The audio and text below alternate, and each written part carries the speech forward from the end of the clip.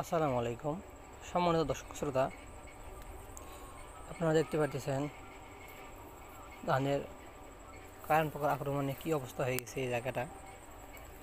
তো এর জন্য আমি এরকম করে বিলি করে দিচ্ছি।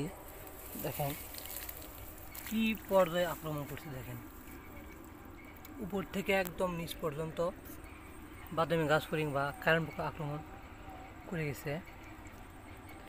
দেখেন, দেখতে পাচ্ছেন কি অবস্থা। দেখেন দেখেন এগুলো তো পার হয়ে গেছে। আশা করি আপনারা দেখতে পাচ্ছেন। তো এটি আক্রমণ রোধে আপনারা প্রথমেই ধানের জমিতে এভাবে দুই দিকে করে বিলি করে দিবেন। এতে আপনার যে কারেন্ট পোকাগুলো আছে ওগুলো আপনি সরে যেতে পারে। আর যদি আক্রমণ বেশি হয়ে থাকে তাহলে আপনাদের কীটনাশক স্প্রে করতে হবে।